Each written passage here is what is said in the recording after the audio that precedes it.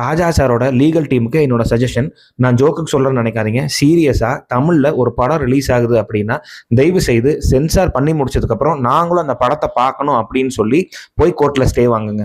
ஏன்னா 3ல் ஒரு படத்தில் ராஜா சாரோட சாங்கை யூஸ் பண்ணுறாங்க, அதுவும் வித்தவுட் பெர்மிஷன். இந்த டூட் படத்தையும் எடுத்துக்குவோம். படம் ரிலீஸ் ஆகி பயங்கரமாக பிளாக் பஸ்டர் ஆகி ஓடிடியில் ரிலீஸ் ஆகி 10 நாள் கழிச்சு இந்த பிரச்சனையை எடுத்துகிட்டு போயிருக்கோம்.